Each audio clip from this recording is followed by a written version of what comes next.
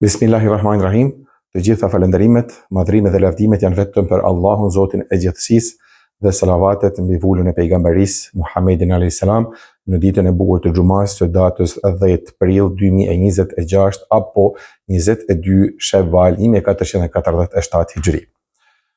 Kur më katon një jo besimtar, mbase është edhe e logjikshme kjo, sepse thjesht ai apo ajo nuk beson në përgjegjësinë që ka për veprat e veta në këtë botë. Mirë po, si të shpjegohet fakti që më katon një besimtar dhe një besimtare? Pra, këtu ka vetëm një përgjigje. Njeriu e beson Allahun, por nuk beson në Allahun, apo nuk beson sa duhet në Allahun. Të gjithë ne themi, unë besoj në Allahun, dhe besojmë në Allahun, apo jo? Mirë po, pyesim, sa atëherë kemi kaq shumë frikë për atë që tashmë veç është e caktuar? Se zemra dridhet për të nesërmen, kur Allahu është Zoti i të nesërmes? A nuk thot Allahu xhaleshanuhu në surën Zumer, ajeti 36, "E walaysa Allahu bikafin 'abde", a nuk i mjafton Allahu robit të vet? Ndalu dhe mendo. Nëse Allahu na mjafton, pse kërkojmë siguri në vende të gabuara? Pse mbështetemi tek njerëzit më shumë se sa tek ai? Vëllezër dhe motra, cila është gjendja jonë? Falemi, por jemi të shqetësuar. Bëjmë dua, por dyshojmë. Planifikojmë, por harrojmë. Harrojmë kush i drejton planet. Ndërsa Allahu xhaleshanuhu po na thot, dhe tek Allahu mbështetuni nëse jeni besimtar. Surja Maide, ajeti 23. Pra nuk thot nëse vetëm besoni tek Allahu. Pra tek Allahu mbështetuni vetëm nëse besoni në Allahun. Por thot tek Allahu mbështetuni nëse jeni besimtar. Pra nëse vërtet jeni besimtar, atëherë mbështetuni tek ai. Në një hadith që e trondit zemrën e secilit besimtar, i dërguari jon Muhammedi alayhis salatu wassalam thot: sikur të mbështeteshit tek Allahu me një mbështetje të vërtetë, ai do t'ju furnizonte ashtu siç i furnizon edhe zogjët. Dalin të uritur dhe kthehen të ngopur. Hadithin e shënon Imam Tirmidhiu.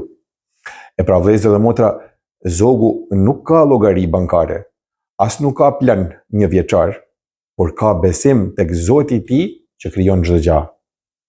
Po ne, e vërteta është e dhimbshme, duhet ta pranojmë.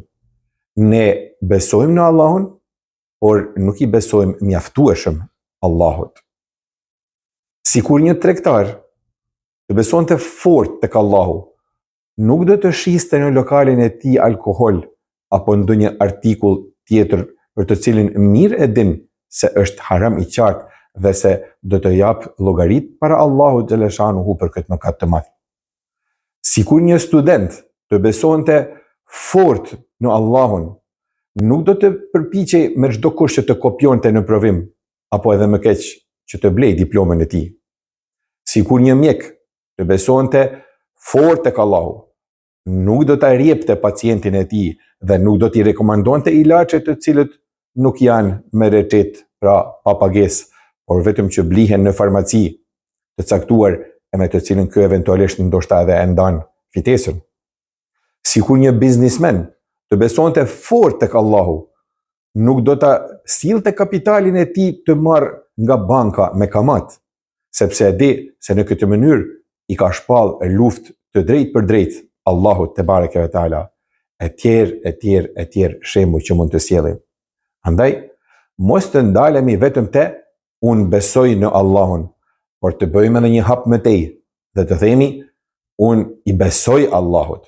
E kjo do të thotë të mos dyshojmë në atë që Allahu e ka premtuar, qoftë ajo shpërblim, qoftë ajo edhe dënim. Sepse kur Allahu e premton diçka, ai me të vërtet e mbush premtimin e vet. Mos lejo vëlla dhe motër që me gjuhë të thuash unë besoj në Allahun, ndërsa me zemër nuk e di ato të bëhet mirë. Bëje që edhe zemra të thoj, Zoti im e di, Zoti im mundet, Zoti im nuk do të më lërë. Allahun xhaleshanuhu e lutim të na dhuroj bindje të fortë në premtimet e tia dhe të jemi prej atyre që jetën tonë e vendosim në mes dy kornizave të mos ndërprerjes së shpresës në faljen e Allahut dhe mëshirën e tij dhe dënimin nga mëkatet të cilat mund t'i bëjnë njeriu në këtë botë. E lutim Allahun xhela shanhu që në këtë rrugë të gjithëve së bashku të na ndihmojë. Deri në perlën e xumas së radhës, Esselamu alaikum wa rahmatullahi wa barakatuhu.